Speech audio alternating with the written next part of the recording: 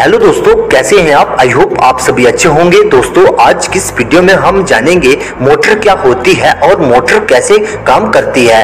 तो चलिए पहले ये जान लेते हैं कि मोटर क्या होती है, फिर ये जानेंगे कि मोटर कैसे काम करती है। मोटर एक ऐसा इलेक्ट्रिकल डिवाइस है जो इलेक्ट्रिकल एनर्जी को लेकर मैकेनिकल एनर्जी में बदलता है। तो दोस्तों आगे आपको ये समझ में आ जाएगा कि इलेक्ट्रिकल एनर्जी को लेकर मैकेनिकल एनर्जी में कैसे बदलता है। तो चलिए अब ये जान लेते हैं कि मोटर कैसे काम करती है।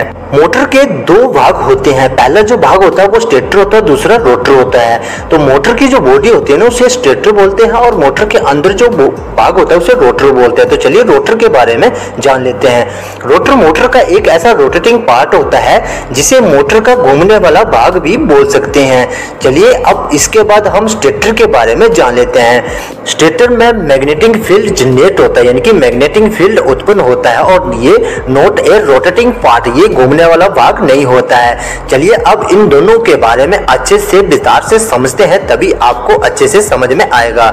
मोटर के स्टेटर में जब हम इलेक्ट्रिकल पावर देते हैं तो मोटर के स्टेटर में मैग्नेटिक फील्ड उत्पन्न होता है, जिससे क्या होता है कि मैग्नेटिक फील्ड उत्पन्न होने से स्टेटर के बीच में जो रोटर होता है उसमें इलेक्ट्रोमैग्नेटिक फोर्स उत्पन्न हो जाते हैं और उसी फोर्स की वजह से रोटर घूमने लगता है।